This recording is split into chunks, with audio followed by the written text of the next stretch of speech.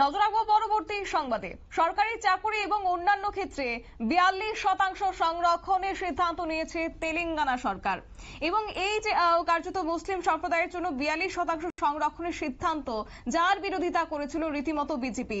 এবং বিজেপির অভিযোগ রয়েছে যে কোন রকমের আইনি পরামর্শ ছাড়াই কার্যত তেলেঙ্গানার এই সরকার এমন সিদ্ধান্ত নিয়েছে এবং পূর্বতন সরকারও এই একই ধরনের কাজ করার চেষ্টা করেছিল বলে রীতিমতো অভিযোগ তুলেছেন বিজেপি নেতা রামচন্দ্র রাও। কি বলছেন তিনি, শুনুন।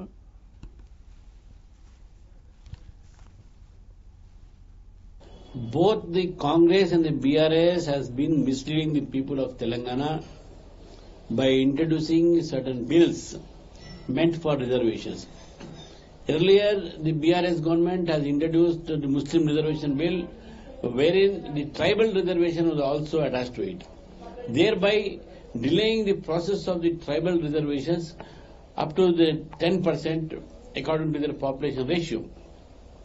Now again, this government here are coming up with 42% reservations for the OBCs, which definitely we welcome it. There is no doubt about it. For social justice, it has to be done.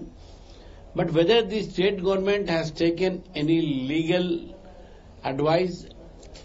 advisory from the concerned, because there are certain cases pending in Supreme Court, there are cases pending in various courts, and earlier the government of Telangana, BRS government, they also promised the reservations to the backward classes according to the population ratio, but they could not do so, citing the reason of the Supreme Court judgment. But here same thing, the BJP doubts the entire the attitude and the intention of the government, whether they are really serious about implementing this 42% reservation in the education and employment. Then what about that 4% reservation for the Muslims under BCE, whether they will get double benefit in this, again, this reservation policy. So therefore the government needs to clarify many points in this regard. However, reservation to the OBCs on the basis of their population and the percentage of population, Bharatiya Janata Party has no objection for it.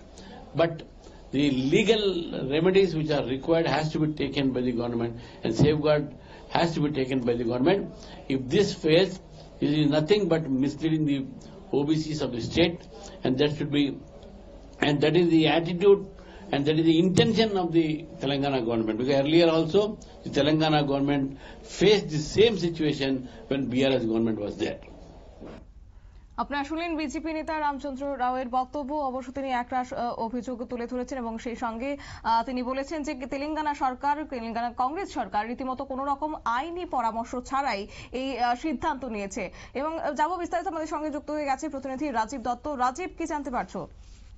দেখো, প্রথমেই বলি যে তেলেঙ্গানা সরকার যেটা মুসলিমদের জন্য, ওবিসির জন্য 42% সংরক্ষণের পরিকল্পনা নিয়েছে, যেটা এই বিধানসভা অধিবেশন চলছে এবং সেখানে একটি বিল আনা হবে।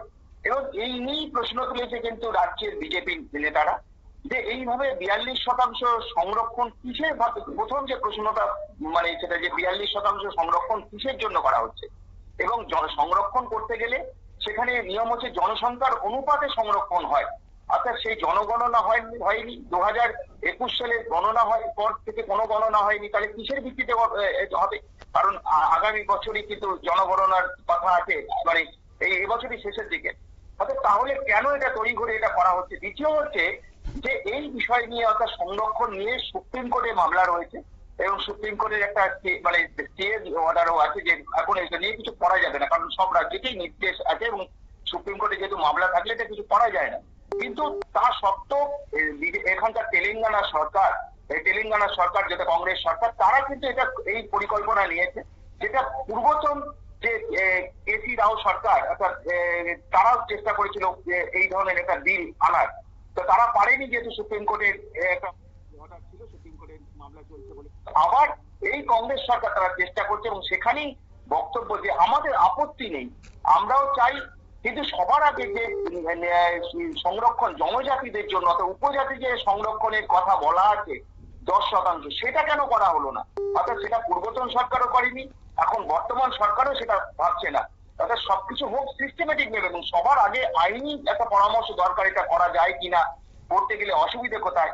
কোথাও যেন তড়িঘড়ি করে এই জিনিসটা করা হচ্ছে শুধু রাজনৈতিক স্বার্থে, অর্থাৎ ভোট রাজনীতির কথা ভেবেই যেন এই সিদ্ধান্তটা নেওয়া হচ্ছে, এমনটা অভিযোগ কিন্তু বিজেপি নেতারা করলেন। অর্থাৎ তাদের বক্তব্য হচ্ছে যে আমরাও চাই সংরক্ষণ হোক চাকরি এবং পড়াশোনার ক্ষেত্রে স্কুল কলেজে, কিন্তু সেটা একটা নির্দিষ্ট নিয়ম আইন মেনে করতে হবে। কিন্তু আইন মেনে কেন হবে না, শুধু ভোট রাজনীতির কথা ভেবে করলে তো হবে না। তাই সেই জন্যই কিন্তু বিরোধিতা, যে এবং তারা বলেছেন যে বিজেপি তার বক্তব্য যে এই ধরনের সংরক্ষণ আমরা বিরোধিতা করি, সবকিছু নিয়ম মেনে হোক। এবং তিনি প্রশ্ন তুলেছেন যে কর্ণাটক সরকারও একটা এই 4% সংরক্ষণ করছে কি না এই সমস্ত কন্ট্রাক্ট, ধরো সরকারি টেন্ডারে, সেটা কি করা যায়? এটা একটা ভারতবর্ষের মতো দেশে এটা কি কখনো সম্ভব? একটা সরকার যে টেন্ডার পাবে, যে সব থেকে লোয়েস্ট করবে টেন্ডার ফেলবে সে পাবে, তাহলে কেন টেন্ডারের ক্ষেত্রে কেন 4% মুসলিম কমিউনিটির জন্য বরাদ্দ থাকবে? এই প্রশ্ন তুলে যেটা ভারতবর্ষের মতো দেশে এই সমস্ত অগণতান্ত্রিক এবং বেআইনি কাজগুলো হচ্ছে, তাই তিনি তার প্রতিবাদ করেছেন। অর্থাৎ তার বক্তব্য যে এই ধরনের অগণতান্ত্রিক এবং বেআইনি কাজের বিরুদ্ধে তারা আন্দোলন করবেন, তারা এটা কখনোই মেনে নেবেন না। একেবারে ধন্যবাদ। আপনারা শুনলেন, এবং ইতিমধ্যে মুসলিম সম্প্রদায়ের জন্য 42% আসন সংরক্ষণের সিদ্ধান্ত নিয়েছে তেলেঙ্গানা কংগ্রেস সরকার, এবং তার এই নিয়ে রীতিমতো তেলেঙ্গানার রাজ্য রাজনীতি উত্তপ্ত হয়ে উঠেছে। এবং বিজেপির প্রশ্ন তুলছে যে কোন রকম আইনি পরামর্শ ছাড়াই কিভাবে এই ধরনের সিদ্ধান্ত নিতে পারে সরকার, এমনটাই প্রশ্ন কিন্তু বিজেপির নেতা আজকে তুলে ধরেছেন। নিয়ে নিচ্ছে ছোট্ট একটি বিজ্ঞাপন, বিরতির সঙ্গে থাকুন।